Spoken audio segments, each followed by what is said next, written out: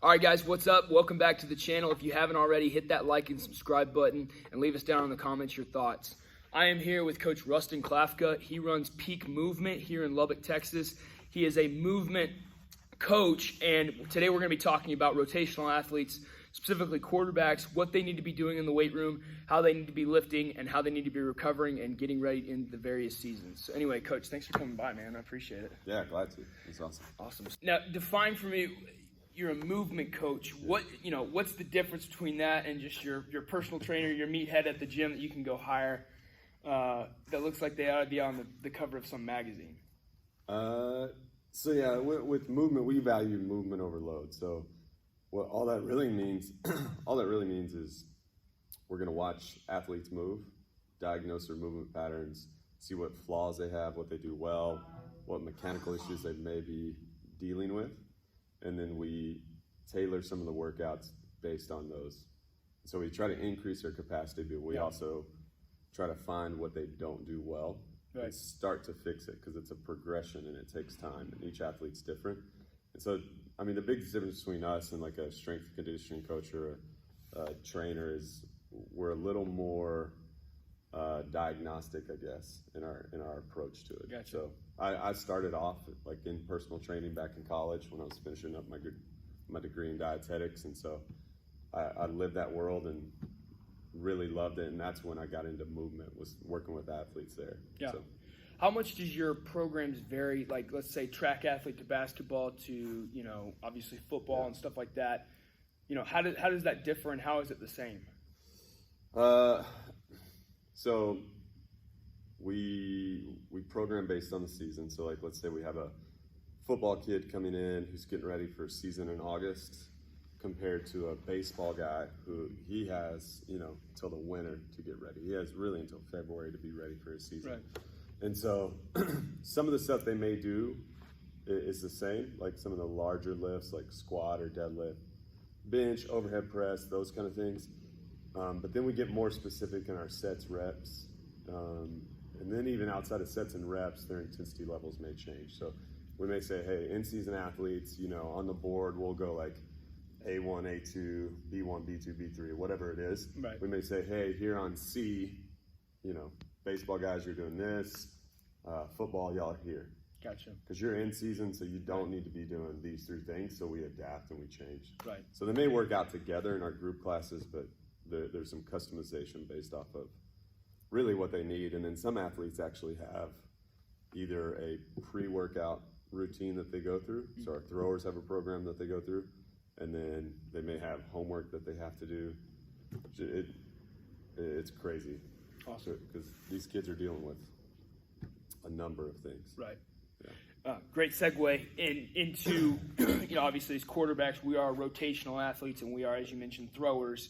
So for both the rotational athlete, which of course is not always a thrower, the tennis player is a rotational athlete, but then both for rotational athletes and then, diving even deeper into throwers and then of course quarterbacks from that, what are some things that you really stress for those guys that, hey, if I look at a quarterback, he needs to be able to do these things well in the weight room and in a fashion that then will translate to him being at peak performance once we're in season? Yeah, so rotational guys, girls, we look at ankles, hips, core, and shoulders, right? And so we really start core and make sure their core is really strong. It's able to not rotate as well as rotate with some speed and power. Yeah. And so we start there and then start moving out. So then we look at their hips and we see how much of a hip that they actually have. And so we'll take athletes through these things that we do called CARs, controlled articular rotations, and through that you can tell how much of a hip an athlete actually has. And so if they don't have, if they're operating with like 50% of a hip, so to speak, sure, then something else around that hip has to make up for the hip's inability to move the way that it should. Right. And with these guys, with guys like QBs, like their ability to anti-rotate or to not rotate and be powerful in that, like in their position and then explode through it, is huge. Then we start moving up and we look at how their scapula moves around their back. Does it move? Does it not move? Do they have control over it? Does it like suck down to their back, or does it stick off like a wing? Right. And then we start looking in those areas, and we look at the shoulder. So we treat the shoulder really similar to the hip. So we take them through some stuff and see, okay, do they have a shoulder? Can they get full range of motion through? Right. You know, are they like going to crash their elbow because their shoulders doesn't have the ability to slow down fast enough? And so we start to target those things. We have a banded system called crossover symmetry that all throwers, when they walk in the gym, they know they should before or after the workout, they go through the crossover protocol. Yeah. And that's been I think a huge part of helping those athletes get that scapula really sliding and moving well, as well as getting strong. So. Yeah, you know, and it's interesting you mentioned kind of like talking about the hips, like usually there's a deficiency elsewhere, you know, kind of that really is the actual problem. And we see that here, you know, obviously on the mechanical side of when a quarterback, you know, isn't able to do something or he does something wrong, usually the part of the body it's being reflected in, it's not necessarily where the problem is. And so it's kind of figuring out, and the cool thing is over time, you're able to both on your side as well as ours, you're able to kind of look at some odd, all right, let's, you know, if this is struggling, let's look here because this is probably where the problem is. If it's not there, then let's look here. But I think that's one of the interesting things and really the cool things about the body and specifically for rotational athletes is where there's a deficiency, it's usually not that part of the body that's the problem. Right. It's usually something else that is then triggering a compensation that makes, you know, it evident in the hips or in the core or whatever it might be, but it's usually not wherever the roots are. Per se. Yeah, and we preach that to athletes, like, hey, if you're experiencing pain in your shoulder, it's probably not your shoulder that's the problem. It's something else that your shoulder is making up for the brunt of whatever needs to be fixed, so to speak, or worked on. Yeah. And so it's very similar, and that's something, especially with, you know, guys that have a lot of power in the weight room.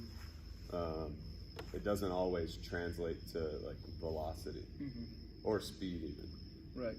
So if a guy comes in and he's powerful and he's strong and he's able to do some, you know, like big things in the weight room, but his feet suck and they're like, I call them like soft feet, like they're not able to stay rigid or stiff, then anything they do from those feet up is lacking. And so to help an athlete understand, like, hey, you're fast and you move really well, but your feet right now are really, really weak. So if we can get those feet and ankles, like that whole section stronger and able to hold that rigidity when you need to spring off of it or keep the rigidity longer, then you'll actually be able to really like push into things and you may become faster. Yeah.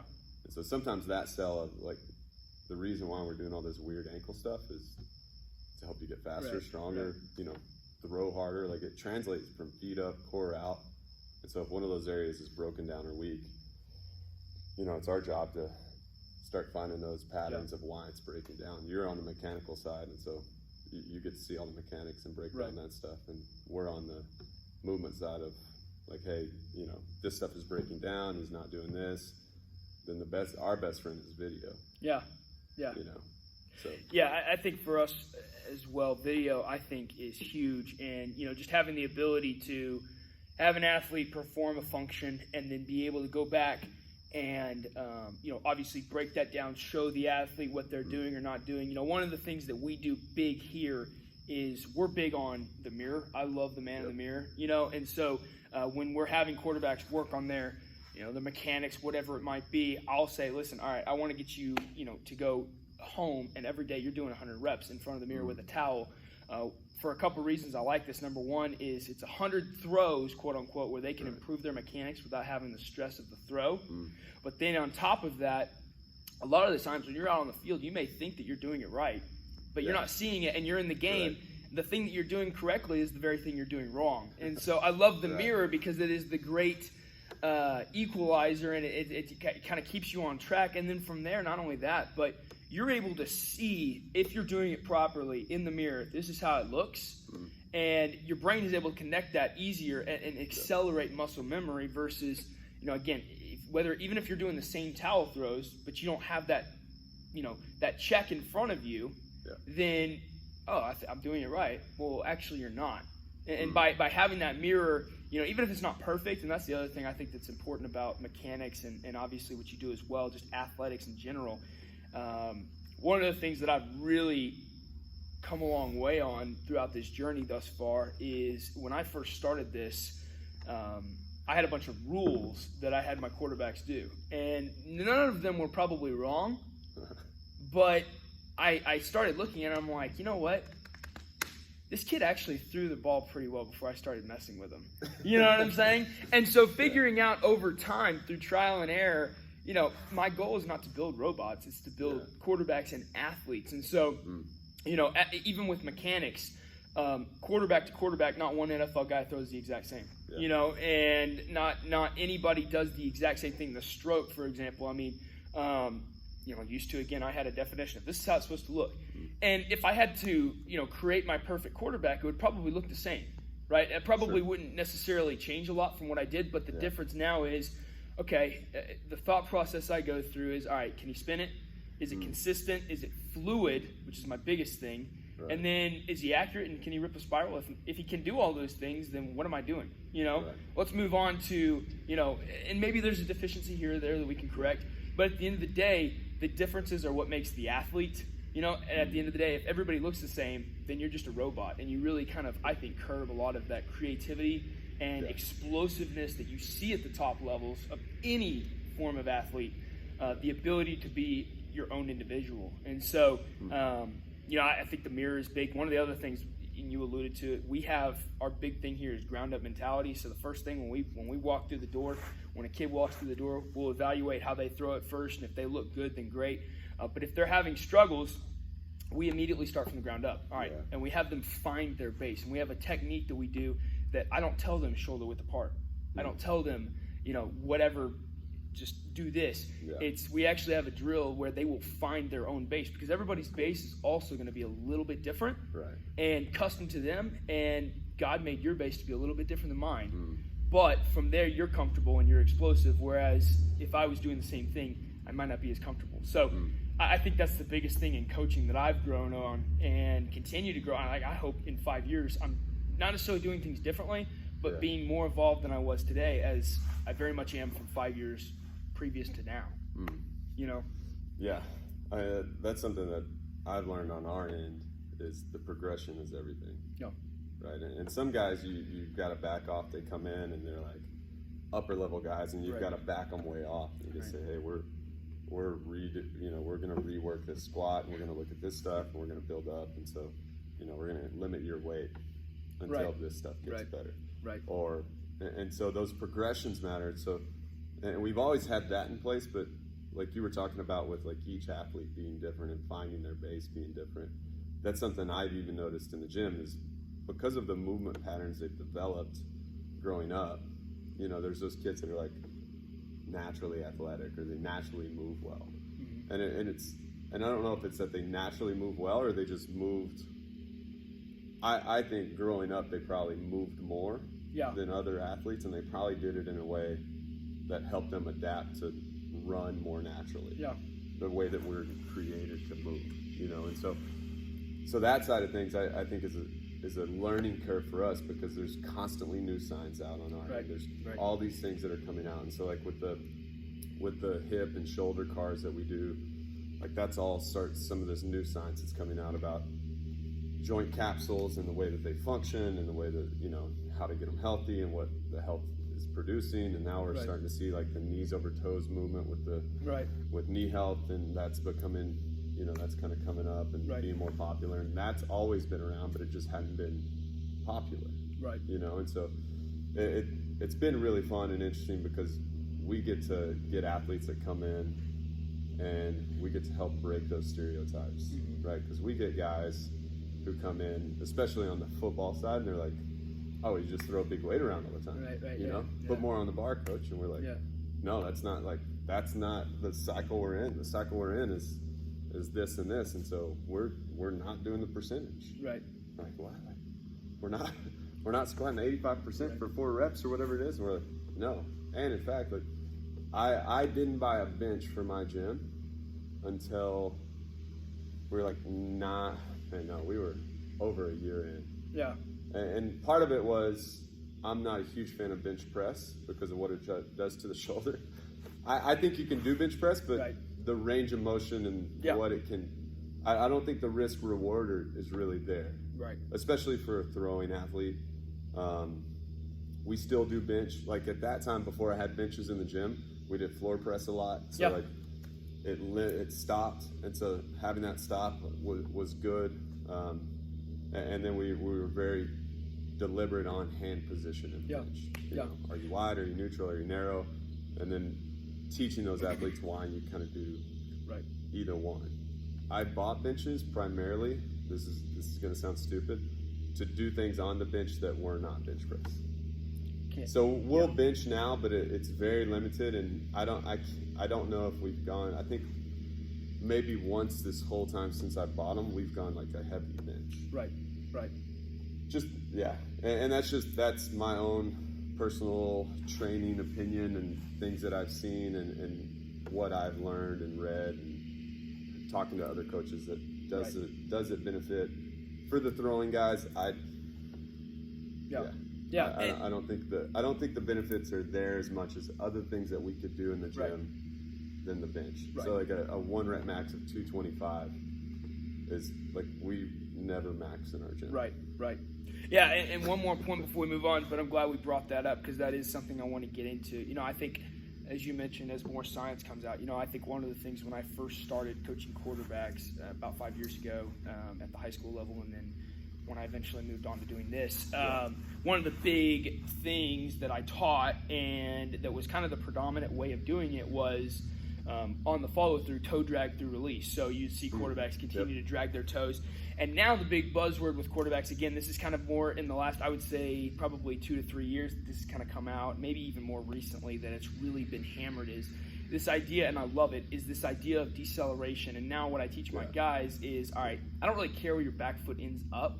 I just don't want it to go past your front foot, right? And then I'll teach them, okay, so I've got some guys that back foot is just really outside their body. And no, it's not necessarily wrong if it doesn't go past the front foot, but there's also an injury component there because if you've got this leg sticking out way outside your body mass, people fall in the pocket all the time. Linemen are going to get tripped over you. That's a broke leg. You're out for the year. You know, and so this idea of even deceleration, being able to keep things tighter to your body, the internal and external rotation that goes into those things, that sudden start and sudden stop that rotational athletes need, I think in the quarterback position has really exploded over the last 12 to 24 months. And I think it's something to where, you know, like you said, you know, I get excited every day because I wake up and I try and find more books to read, more articles to read, more opinions to listen to. And then, of course, not everything that maybe the next guy teaches is just because it's the new fad I'm going to go with. But at the same time, I think there is something to be said about the best coaches out there. They're willing to change, and especially in the private training world, but even really just at the larger level, at the high school and collegiate level, trigger warning, but people kind of think they've found the mountaintop, and then this is my philosophy, and for the next 30 years, nothing changes, nor is there an attempt to change. And I think if you did that in any other field, you wouldn't keep your job. No. Think about the doctor, right? He went to medical school in the 1980s, got his degree or whatever, went through med school, cool, and there was a way to do open heart surgery then. I guarantee you it's not the way they do open heart surgery now. Right. And I would take 10 times out of 10 the slightly less experienced doctor who kind of has the extra 30 years of understanding under their belt in terms of where science has come from and medical and this, that, and the other. I would take that over the guy who, well, there's a 50-50 chance, you know. We'll see. I know what I'm doing, you know. And so I think that's something that, like I said, if it was any other field, if you're a medical professional and you just learned how to do it, and for the rest of your career you didn't even attempt to continue to develop, that's why doctors say they're practicing medicine.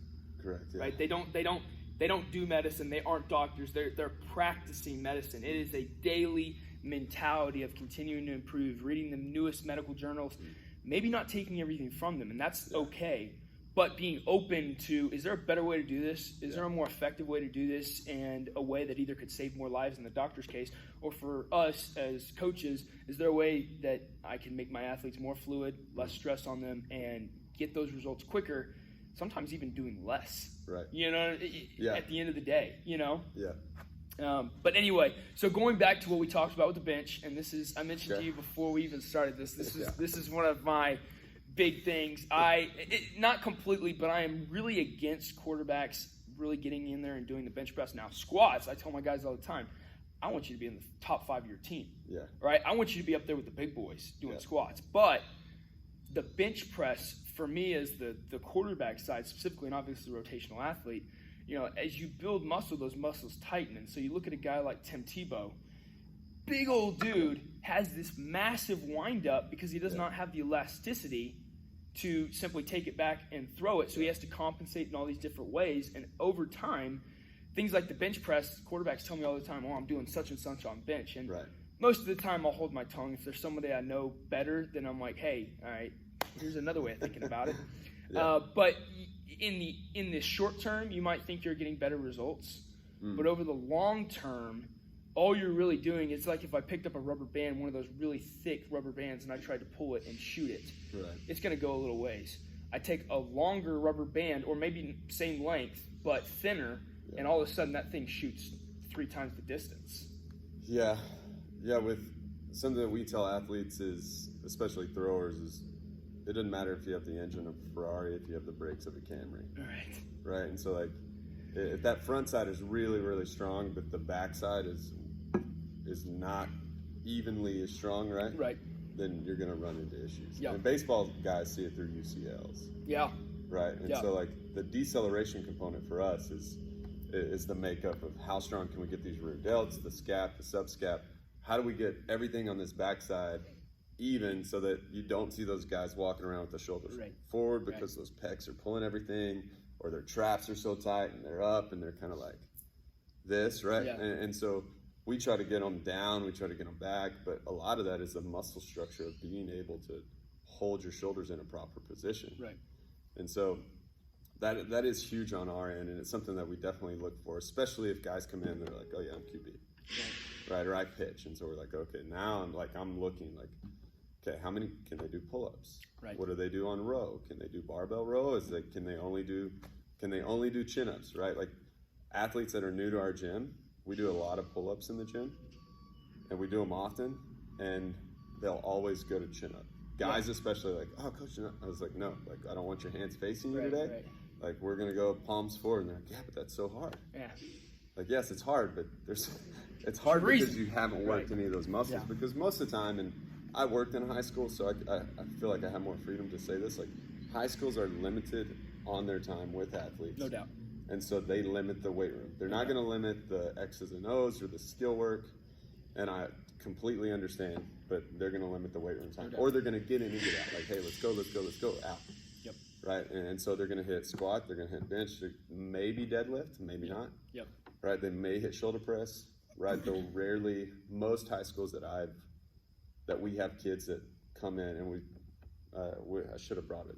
I should have counted on how many high schools we have kids from, but like most don't do pull-ups. There's one school here in the Lubbock area that does pull-ups consistently that I know of. One. The rest may incorporate it from time to time, but it's not like they just don't do it. Or they'll only do negatives. Right. Like they'll never do the pull because kids can't do the pull. They'll say, jump up and then go down slow, or help your buddy up and then go down slow. And so while there's benefits on the negative, you've got to be able to get that. You got to get the eccentric and concentric phases of the movement. Right. It's why when we deadlift, like we tell guys, don't drop the bar. Hold it on the way down. Like I don't care how much you can pull up. If you can't control it on the way down, that means this stuff is weak. And so, the bench is it's just one of the, I think it's got, it has some, oh man, what's the word I'm looking for? There's like some glamour to it. Like, what do you bench? Oh, no doubt. No doubt. But like, it really doesn't matter anymore. Because you see guys in the combine, and what do? 225 bench. For what? For reps. How many reps can you get? All right, so what are some things, we've talked about the bench and kind of, and I think there's a time and a place for everything under the sun. I'm not necessarily, never bench press in your life. I'm not saying that, but I do think that there is an emphasis on things that, again, kind of are old school or maybe don't perform the functions that we need. So what are some things for quarterbacks or rotational athletes in general that to sub-bench press or to, kind of compensate and get more stuff in there instead of just constantly doing bench press. Yeah. What are some things you can do that actually help to substitute? Yeah, so I think the biggest thing is, well, two things. One, the biggest thing is to start to understand as an athlete, and the sooner you can do this, the better. I think college athletes begin to understand it later, but it's that more is not always better. Yeah. Right? There's a time to lift heavy. There's a time to lift fast. There's a time for speed. There's a time with resistance. And to begin to learn those. And if you don't know those, reach out to people who understand those that can direct you if you can't get to them. Right. Right? So that's number one. Is like understand why you're lifting the way you're lifting. So if you're doing bench, and we still bench. So like, sure. I don't want people to think like we never bench. We still bench press. We still barbell bench. We do incline. We'll do different grips. So the bench and that push is still there. So we still do that. We just maybe emphasize in things differently. So I'd say number one, know why you're doing what you're doing. Okay. The second thing is for rotational athletes, I think it's got to start at the core. Oh, no doubt. Right. So core, hips, shoulders. So like, if you don't know anything else, start getting your core as strong as possible. So we, and I just learned this plank, and it's crazy. I've been doing planks and versions of planks for freaking years, right? A decade with athletes. And so like, but I just learned it's crazy that I just learned this because who knows how long it's been around. But literally like 6 months ago, I ran across this plank series, and this guy did a plank where you're in the normal plank, forearms are on the ground, feet are on the ground, you're in that good horizontal position. And instead of just holding there and bracing, because we'll teach a brace, like we'll walk by, even while athletes are in a side plank, and we'll just kind of nudge. Yeah. Because you can plank and get relaxed in a plank and not really work anything, even if you're in a normal plank. And so we'll walk around and tap and push kids, and that kick way them. They have to kick them. Some guys you really have to, shove them. And so we'll do that. So they'll brace, but they may let go. And so this plank, you're here, and you try and pull the mats towards your feet, and you try to pull your toes towards your shoulder, like towards your elbows. And your body doesn't move, but it compresses and it causes everything to flex from like hands, elbows, shoulder, like everything. And so I'm like, man, this is brilliant. Yeah. And so we started doing it, but so we work from core out, and then we start really focusing on internal, hip, shoulder, those small muscles. Like, how does our glute med work? Is our hip flexor healthy? All this stuff that attaches in around those hips and shoulders, we've got to start getting those things strong, stable. And so we work with a lot of instability, like yoga balls, the Swiss balls, Bosu balls, and then we use rings and foam pads, like the little cushy foam pads. We do a ton of single leg stuff on those. So we'll do like split squats, but we'll do split squats with your foot on the foam pad. And then we'll do split squats with half your foot on the foam pad. So you have to really brace. And so we try to throw some instability in there, because what I try to get across to athletes is the weight room is really controlled. Yeah. Everything is controlled. The bar doesn't move, it's stiff. The weights don't move. Everything, you know where the center point is, like everything's solid, right? And so if we can throw some instability in there, that's going to be more realistic to on the field. And so a football athlete moves every direction, but they also move every direction, sometimes with outside forces pushing opposite. And so we try to help them understand, like, you have to be able to be stable in a compromised position.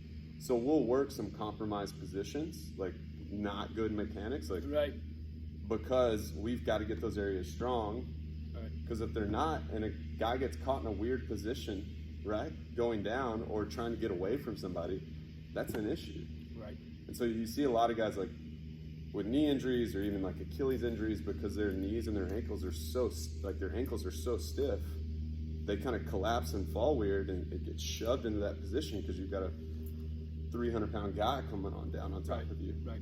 If it can't get into that position, then now you're in trouble. Right. So once a week in the gym, you do mobility, flexibility, range of motion work for an hour. It doesn't matter. So if you come in on Thursdays, and this week Thursdays we have what we call recovery day, then you're doing recovery. Yeah. Even if that's the only day you came in that week. And that's tough for some athletes, because they're like, I wanted to live, coach. I'm like, sorry, dude. Like, this is probably better for you anyway. Right. And we have to switch it up. And for me, this is the sad part. We had to switch it up this summer, like what days we were doing recovery on, because a month in, I started noticing Wednesdays were our lowest attended day. Legit, across the board. Like, there was one class we would come in, and usually summers are packed, so like, there was one class we had 4 athletes for an hour for recovery. Yeah. So I was like, all right, we're going to try this. Next week, we worked out on Wednesday, and they're like, oh, we're working out today? Yeah. And then Thursday, packed. And I'm like, all right, recovery day. Like, why? It was yesterday. And I'm like, no, you just weren't here. And so it's sad, man. But if you can't move well, it's gonna come back to bite you somewhere. No doubt. Prehab, rehab, hopefully not rehab, right? And so we try to do a ton of prehab stuff for rotational guys. And just teaching them that their hips are very, very important, and having the speed to get the hip through when they need to and push through that foot is for what we do, I think, is paramount. Yeah. So what are your thoughts on, and from the weight room side to the mechanical side, I think it's a little bit different. And obviously, as I'm here trying to work on mechanics, one of the things that I do, so for example, on young guys, we don't work on mechanics really. Yeah. What I do is I try and get them, maybe we'll work on them finding their base. Most of the time we'll do that. Yeah. But in terms of actually working your mechanics, number one, it's way too much information. Number two, a lot of that stuff develops over time anyway. Yeah. So like, for example, if I have a younger guy, if they're, 6th grade or maybe a little bit younger than that, that we work with, just throw it as hard as you can and try and get a spiral out of it. And pretty much that's my mentality, because I want them to naturally kind of figure it out. And sure, we'll give a pointer here or there. It's not just, figure it out, whatever. But this idea of self-discovery is important, especially at these younger ages, and I think across the board. But that's another one of the things that I've really honed in on and kind of made my philosophy, is this idea of guided self-discovery. And I first heard this from That's cool. A couple different sources, but one of the guys that I really like is a quarterback coach named Will Hewlett, and he's big on this. And man, as I was listening to him, it was just so good. But and so over the last probably 2 years, that's where I've really started to hone in on is what I will do is, instead of trying to which, of course, again, in the weight room, it's a little bit different than here, because in the weight room, you can just say, hey, guys, we're doing 3 sets of whatever. You know the reason. They don't need to. Yeah. But for here, it's a little more, not that you don't need to explain the why or that you don't. But for us, one of the things I always try and do also is explain the why of what we're doing. But what I've come to do is, instead of trying to say, okay, 12-year-old, what we're going to try and do here is all these blah, blah, blah, blah, biomechanical, this, that, and the other. Okay, I'll try. Instead of doing that, what we'll do here is incorporate drills where I get the result I want without having to tell you what we're actually trying to do. Yes. And maybe I will explain, hey, we're going to do this drill, and this is the intended result, but I don't have to explain then to them to get their minds going in overdrive. Yeah. All these different things. It's like, no, here's what we're going to do. We're going to be working on deceleration. One of the drills that I work with my guys for deceleration. So, for example, you mentioned the front side and the back side of the athlete, especially on rotational guys. What we see here on the mechanical side with the quarterback specifically is very unstable front side, and the back side will continue to over-rotate, manifesting itself in the back foot, kind of continuing to, some of our younger guys will they'll almost end up doing, if they start right here to throw, they almost end up doing a 180 where their front foot is all the way through. And I'm like, okay, well, we want there to be a sudden stop to this throw. And so this front side is very important, because the more stable you keep that, it's like a hinge on a door, to where this is the wall, the door can move back and forth, but this never moves, so it allows the door to accelerate more as you're going through. So one of the drills that we use is called Breeze. It's a drill that I got from Hewlett, actually.